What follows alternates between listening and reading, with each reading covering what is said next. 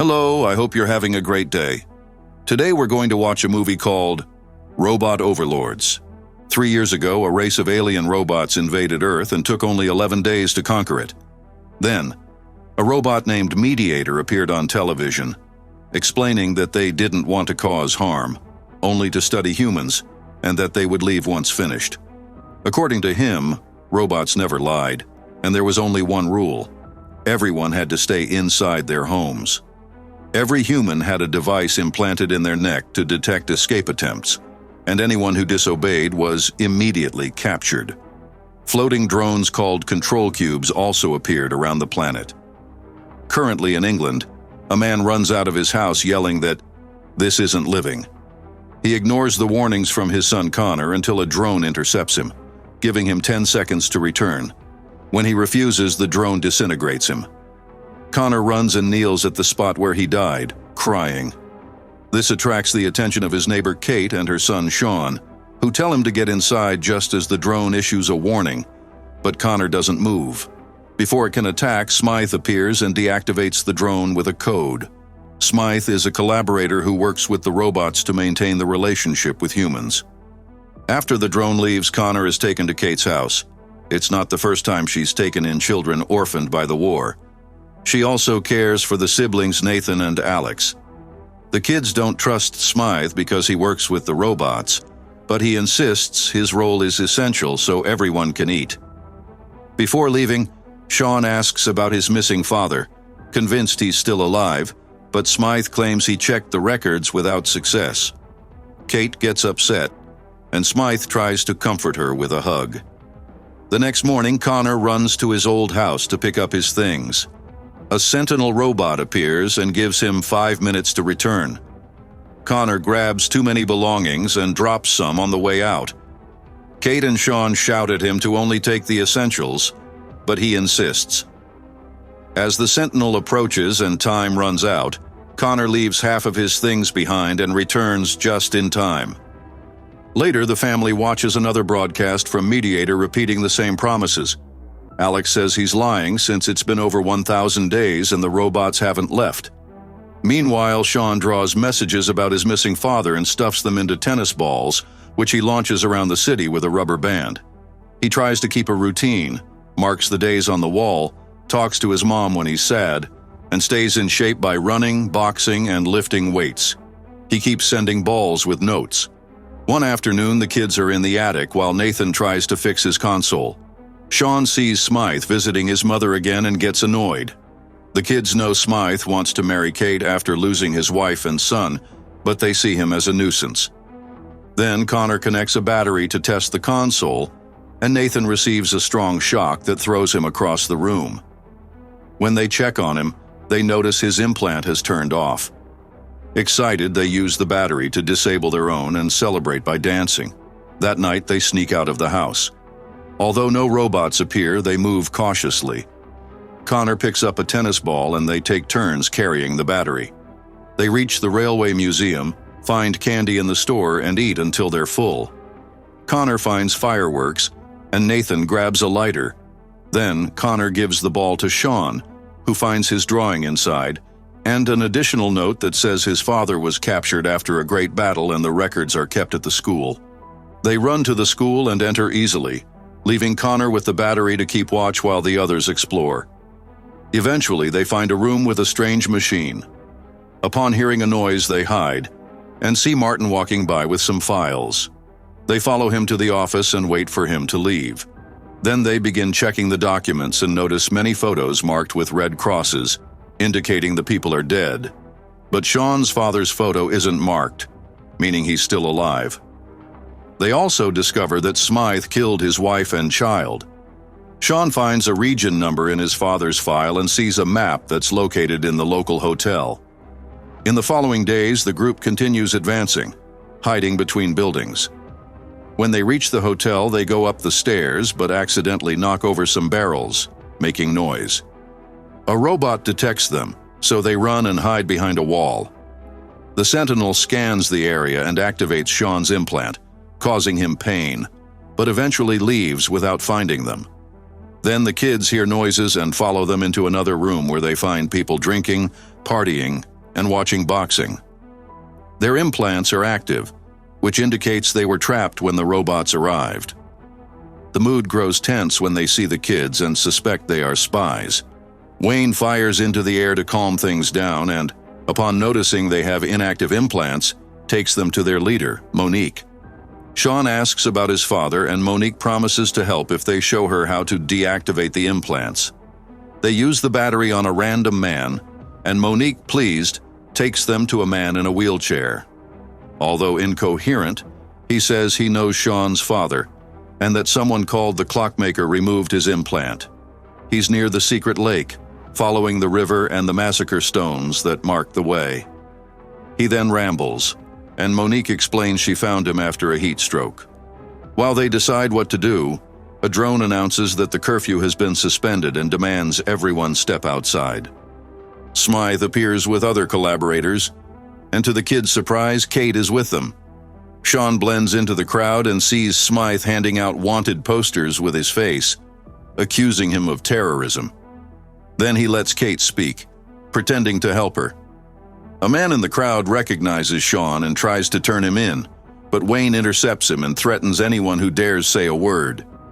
Before leaving, Smythe announces that Kate will be staying with him at the castle and that they should bring him any information there. The drone then declares that curfew is reinstated. Sean reunites with his friends and they plan to rescue Kate. Wayne gives them food and a radio. While escaping, Monique guides them via radio to avoid the robots, and they manage to get out of town. At the castle, Smythe shows Kate a holographic cube and tells her the robots promised 100 acres to collaborators. He claims that once they leave, the land will be clean and livable. He wants Kate to live with him and bring Sean. She hesitates and pushes him away when he gets too forward. Smythe promises he'll make her change her mind. The kids reach another town and flee when they see a sentinel. The robot detects them and starts chasing, but upon seeing Sean, it stops. His implant begins to sync with the robot, allowing him to control it. Sean makes it scratch itself to laugh, but when he loses focus, the robot fires at the ground. Meanwhile, a young collaborator brings food to Kate. She recognizes him from school and manipulates him into giving her the keys. The alarm sounds as she escapes, but she hides on the stairs and finds a room with maps where she uncovers the truth. The alarm was triggered by Sean, who pretended to be captured and led the sentinel in. When Smythe tries to arrest him, Sean commands the robot to aim at him, forcing them to surrender. The kids come out, grab the weapons, and demand to see Kate. A guard goes to fetch her. But then Kate appears on horseback. Sean calls out to her, and the distraction allows the robots to destroy their sentinel. Smythe and his men flee. Sean is caught in the crossfire. Nathan and Alex shoot, but it has no effect. Suddenly, another robot lands in front of Sean, and he manages to control it.